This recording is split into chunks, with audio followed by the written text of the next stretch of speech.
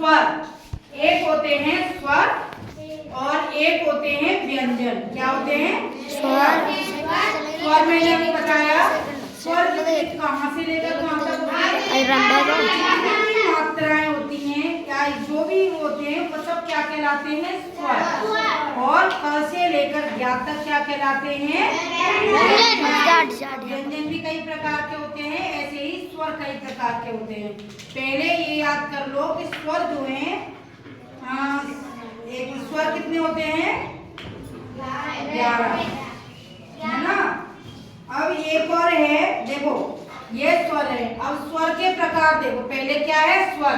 अ से लेकर अं तक जितने भी अक्षर हैं वो क्या है? स्वर है। अब स्वर जो है हमारे कितने प्रकार के होते हैं? 2 प्रकार के। कितने प्रकार के होते हैं? 2। पहला स्वर होता है हमारा, देखो स्वर, पहला स्वर होता है ह्रस्व। कौन सा होता है? दूसरा होता है दीर्घ। दीर्घ ठीक है, दीर्घ स्वर।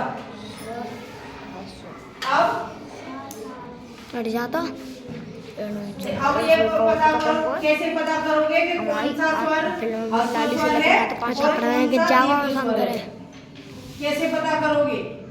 देखो ह्रस्व जो होता है वो सुनने में भी, ह्रस्व माने एक तरह से छोटा, मतलब कम सुनने में आवाज जो हमारी है वो कम, जब हमारी आवाज लगेगी या सुनने में कम लगेगा वो होते हैं ह्रस्व स्वर। कौन से होते हैं? ह्रस्व स्वर।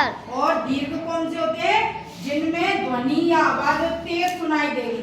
अब सुनना ध्यान से, अ में आवाज तेज आ रही है? कब आ रही है?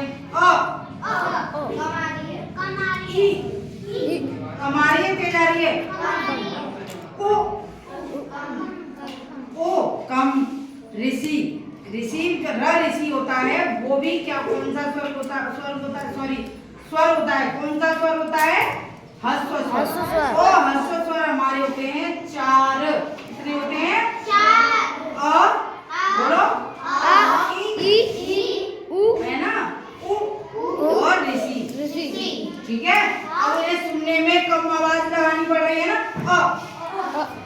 इ उ और ऋषि। ये कौन से स्वर हुए? ह्रस्व स्वर। कौन से स्वर हुए? सुनने में या बोलने में आवाज कम या दम कम लगानी पड़ती है या बोलने में, कुछ वो होते हैं ह्रस्व स्वर। ठीक है। तो कितने होते हैं ह्रस्व स्वर? 4 होंगे। 4 ध्यान रखना। ठीक है। उसके बाद है दीर्घ स्वर। लिखवा दूंगी अभी, पहले सुन लो। दीर्घ स्वर, दीर्घ स्वर होते हैं हमारे 7। कितने होते हैं? 7।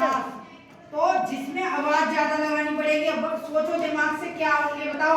आवाज मुंह ज्यादा खुल रहा है, आवाज ज्यादा हो रही है। ई ज्यादा है ना, ऊ ज्यादा, ए ओ आओ। समझ में आ गई? ये कौन से स्वर हुए? दीर्घ स्वर। इनमें आवाज तेज बोलनी पड़ी हमें। दोबारा बोलो।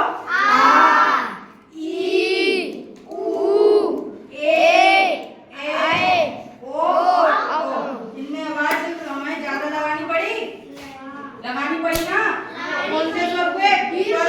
दीर्घ स्वर दीर्घ माने बड़ा, विशाल, है ना। तो दीर्घ स्वर कौन से होते हैं? जिसमें आवाज हमें ध्वनि या आवाज जो भी है उसमें ताकत लगानी पड़ती है, वो दीर्घ स्वर होते हैं। और दीर्घ स्वर कितने होते हैं? 7। और ह्रस्व स्वर कितने होते हैं? 4। 7 और 4 मिलके कितने हो गए? 11। स्वर कितने हुए? 11। समझ में आ गया? और इन्हें लिख लेना, अभी मैं लिखवा दूंगी, ठीक है। लेकिन इनको समझ लो पहले कि स्वर कितने प्रकार के होते हैं। ऐसे ही फिर व्यंजन बताऊंगी। व्यंजन बहुत प्रकार के होते हैं, है ना, वर्ग होते हैं उसमें। पहले स्वर सुन लो। स्वर, ह्रस्व स्वर कितने हुए? 4। दीर्घ स्वर कितने हुए? 4। अब बताओ ह्रस्व स्वर कौन से हुए? बोलो। अ, ई, उ और ऋषि। Very good. ऋषि, ऋषि।